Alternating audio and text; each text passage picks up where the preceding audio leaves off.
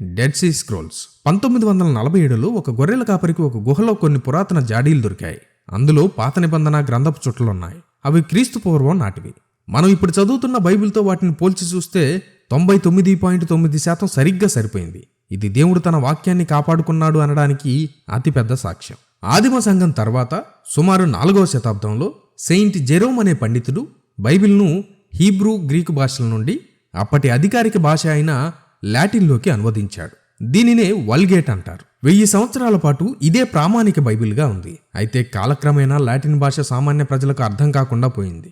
కేవలం పోపులు, మతాచార్యులు మాత్రమే చదవగలిగే భాషగా అది ఉండిపోయింది.